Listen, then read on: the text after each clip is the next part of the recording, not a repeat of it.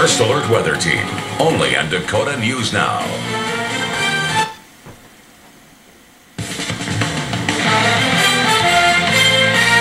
This is Dakota News Now Sports. Kids and young athletes are certainly having a difficult time adapting to life amidst the COVID-19 pandemic, something that native South Dakotan Chad Greenway can empathize with. Sports were a big part of Chad's life, growing up in Mount Vernon with baseball, basketball, track, and eventually football, where he starred at Stickney Mount Vernon, eventually going on to an 11-year career with the Minnesota Vikings. He's been heavily involved in youth sports, whether it's coming back for Legends clinics or coaching his daughter's basketball teams, so he knows firsthand how difficult it is for kids right now to be shut in and not able to play. That's why he took some time to chat via Zoom yesterday with Mark Ovenden's Calling All Sports co-host Mike Henriksen, answering questions from kids and talking about how he handled being unable to play or train when he suffered a pair of ACL tears.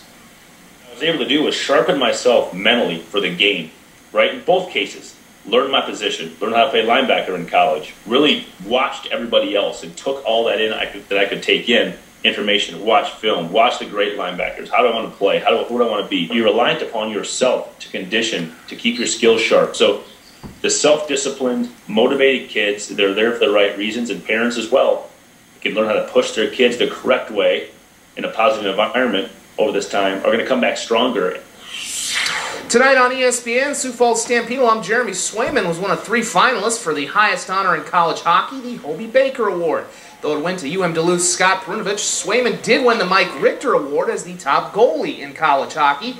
Seen here in file video, Swayman played goalie for the Herd during the 2016-17 season, playing in 31 games and posting a 2.90 goals against average while saving 91% of the shots he faced. Since then, he's put together a stellar career at the University of Maine, leading all of college hockey as a junior this year with 1,099 saves and a 2.07 goals against average. And he's also signed with the Boston Bruins, who took him in the 4th round of the draft. Marty Surdich in 2005 and Jack Connolly in 2012 remain the only Stampede alums to ever win the Hobie. Well, speaking of hockey, it's very easy to miss the sport right now. This should have been the first weekend of the Stanley Cup playoffs in the NHL, while locally those Sioux Falls Stampede and Aberdeen Wings would have been getting set to defend their championships. So how do kids get the hockey fix now that it's too warm to have ice? I guess that might be changing tomorrow. Or when all the indoor rinks are shut down by the COVID-19 pandemic.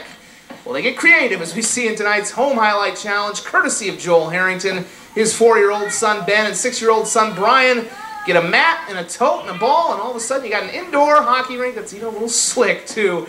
If you'd like to show us how you're filling the sports void, you can tweet our Dakota Sports Now account, send to our Dakota News Now Facebook page, or just email it to me at zachary.borg@dakotanewsnow.com, and you just may see yourself on Dakota News Now Sports this weekend. We're also missing baseball these days, which is why we're running the Stratomatic season simulation for the Minnesota Twins until the real games return.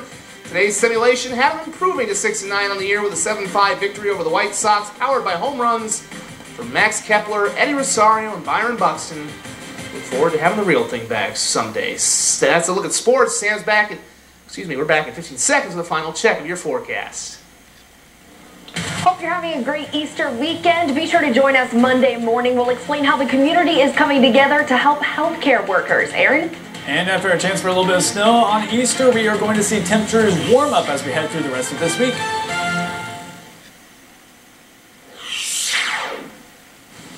Snowfall will be making its way through the remainder of the night, picking up in intensity as we get into the overnight hours.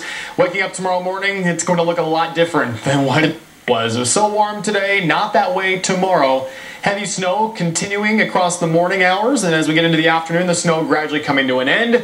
We'll be looking at about 4 to 6 inches of new snow in the Sioux Falls area when all is said and done, guys. Hard to believe, and we're April 11th, Tyler. Really hard to believe it. Thank you for joining us. We hope you have a great night. Take care. Promotional consideration paid for by Schulte Subaru, Heartland Chevy Dealers, Avera Orthopedics, South Dakota Office of Highway Safety,